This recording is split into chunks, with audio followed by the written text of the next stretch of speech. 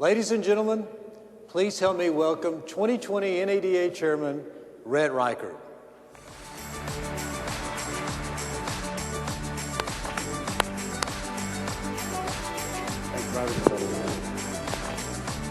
All right. Now we can't mess this up like we did last year. So Rhett, you are a dedicated, passionate, smart, bold. Wow. And your energy is boundless. And you know, you're exactly what this industry needs today. I know you'll hit the ground running. Congratulations. Have a great year. Thanks, Charlie. Thank you very much. Thank you. All right. Well, come here, Charlie. Come here.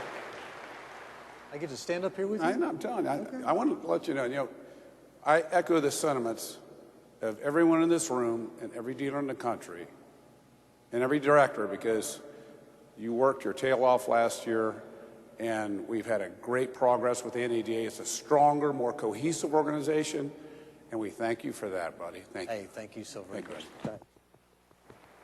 Couldn't have done without you. All right. Thank you. Let's give Charlie a round of applause.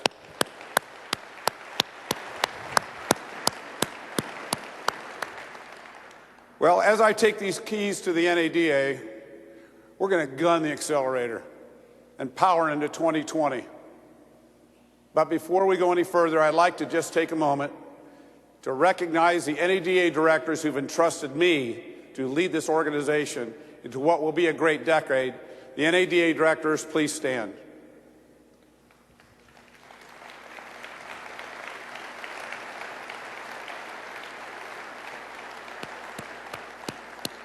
In case you're wondering, this is a non-paying job. Very appropriate. You know, change. There's tons of books out there on change, but ladies and gentlemen, change is our ally. Change is opportunity. But most of all, change is inevitable. Over 250 years ago, Ben Franklin famously observed, "If you think you're finished changing, you're finished." 2019 was full of change. There wasn't a day that our industry wasn't in the headlines. Dealers were constantly evolving.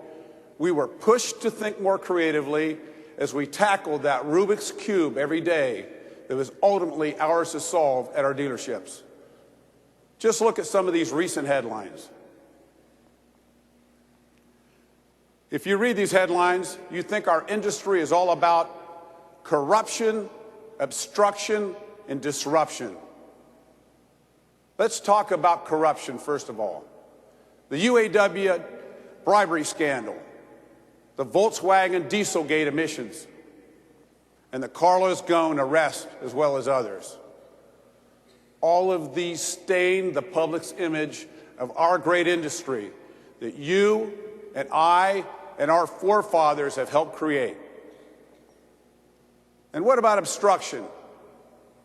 Like the CFPB overreach, regulations like broad recall bills, a wrongful MLA interpretation, impractical facility requirements, and unfair OEM stair-step programs. These issues complicate our business. They add to the price of a car, and most importantly, prevent our customers from getting the car they want. They tell us that every day. After all the negative headlines, you're wondering, what the hell is going on? But let's back up for a moment and talk about this word disruption. We know who they are. First of all, why do we call it a disruption? A disruption is an effective disturbance. It interrupts a process. It takes you out of your comfort zone. The new players in the game aren't disruptors. They're just NEW, new. The beauty of our business is that we thrive on disruption. When you think about it, dealers have been making a living by confronting, understanding, and ultimately harnessing the disruption. Auto dealers wrote the major blueprint for this industry. For over 100 years, we have been the disruption into dollars, and we have shaped how Americans drive, how they travel, and how they live their daily lives. And in 2020, we're going to keep doing it. We will meet disruption at the door. And no matter what the name is, we'll answer. Remember, there were over 3,000 automobile manufacturers in this country since 1900, and now only 40 remain. What survived all those years? You, me, the local auto dealer. The local auto dealer, working from the dealership model, is the only constant. And in this decade, we'll bring our customers the option to step into electric vehicle, gas-powered vehicle, in the future, maybe even a driverless car. Here are some other headlines we woke up to last year. Those headlines are just the tip of the very deep iceberg. But what does it show?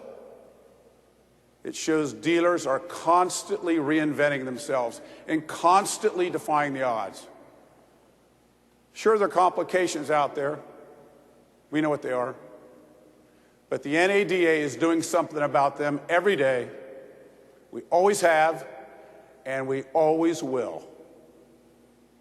My plan is to take advantage of our focused, leaner and meaner, and now more powerful NADA. We hyper-focused our missions, increased our advocacy, deeper dealer education, addressing the MLA, targeting data management, increasing OEM communication. But I know what the number one thing is: improving dealer profitability. That's just a few. We efficiently and more aggressively are directing 100% of all of our resources and energy and focus towards your sustainable business. And as I said, we're gunning our accelerator into this modern world with an eye on advocacy, education, and compassion. The NADA took Washington by storm last year, and I promise you, we're going to take it even harder next year. We're also there to give you support where you need it most. Not only do we have a great workforce initiative, we have a new initiative: Women Driving Auto Retail.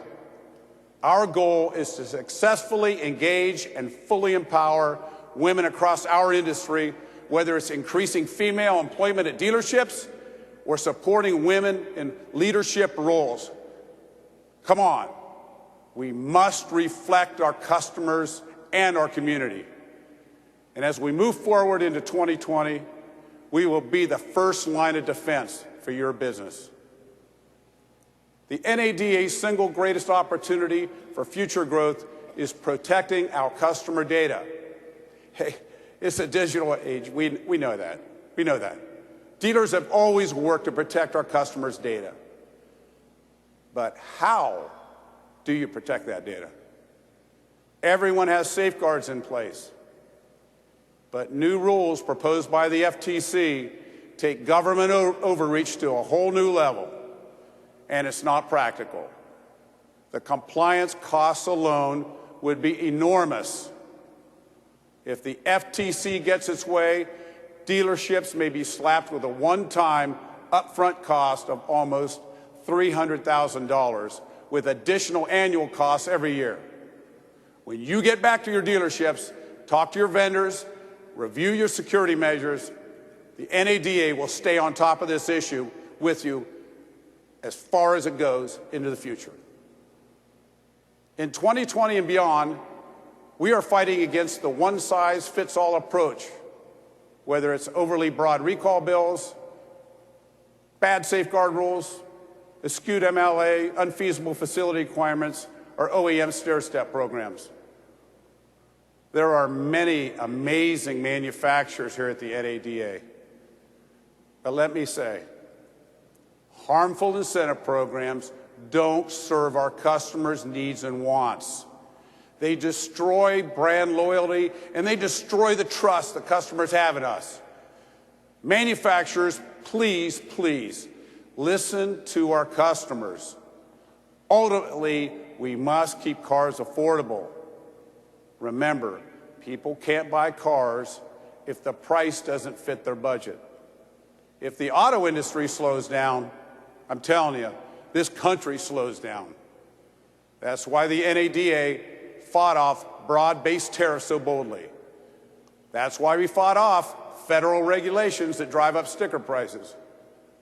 The NADA is here to build and protect your business, like my own 67-year-old family business in Columbus, Ohio. This is why, since 1917, the NADA was and still is the gold standard of industry trade associations. So this year, don't look to the headlines alone. If you're going to report on this industry, stop by your local dealership. Our success could be seen in the millions of people who buy cars from us every month, including voluntary protection products that dealers offer to protect a customer's investment. I see our success in our PAC service departments, where we're working to staff with the best techs and where customers come for warranty and recall and maintenance work. Never forget and always remember, we, the dealers, are the customer's only safety net. Because if you think it's going to be easy fixing an all-electric or autonomous car in the future without a tried and true service department network to back you up, you're in a dream world. The franchise system remains the most efficient and sustainable retail distribution network in America, if not the world. And we have the ability to evaluate the real impact. Not Wall Street, not Silicon Valley, and I can tell you we're not slowing down. I can personally promise you NADA will remain consistent, persistent, and sometimes damn insistent on our message. The disruption will come and go. The constant is you and me, the dealers. We work with customers eye to eye. We're the ones shaking their hands. We're the ones who build relationships every day. We master our markets, advance our technology, and always, all of us, improve our communities. We always have, we always will. But I'm sure as we enter this new year, let's talk very quickly about politics. Yeah, I know there's a big election coming up in November, but don't be obsessed with the political party that's controlling Congress. Don't be obsessed with what president's in office. The NADA will continue to relentlessly advocate for your best interests, whether D.C. is painted blue or red. And finally, people ask me, hey, Rhett, you're in the car business. What's all this corruption, obstruction, and disruption? What's going on? And I say, it's a little bit like when I was a kid. You ever skinned your knee or you bumped your head? What was the first thing your parents told you after they put a Band-Aid on you? Well, in my case, because my dad, he just rubbed some dirt on it and then kicked me in the rear end and sent me out in the backyard. That was a different time. My message for everyone here today, for all the new car dealers across this country, is the same thing your parents told you. You'll be just fine.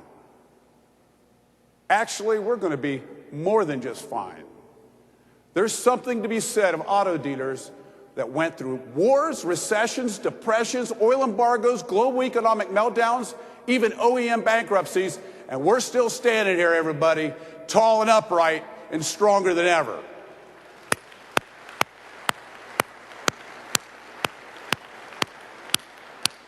Because today, almost every new car dealership in America is a member of NADA. That's unheard of for any national associations. Our grassroots is the core of our political engagement. So remember, individually we can run fast, but collectively we have and will continue to run far. We are the benchmark for success. Remember, the NADA's goal is to make your business more valuable every new day. Ride-hailing, electrification, autonomous vehicles, those rest within our ecosystem. We're not in theirs. They knocked on our door, and we're happy to let them in under our customers' terms. So whether it's corruption, obstruction, or disruption, they provide opportunities. Why? Because the power of NADA is in the last 5 letters of opportunity. UNITY, unity. There's never been anything like us before, and there never will be. The NADA, we are galvanized, and we're a bulletproof band of brothers and sisters. There are dealers here from every corner of the country. Under the NADA, we all live in the same house. We just have different addresses. So I ask you today, stay involved, remain strong, and be damn proud. We are the NADA. God bless America, and God bless the NADA.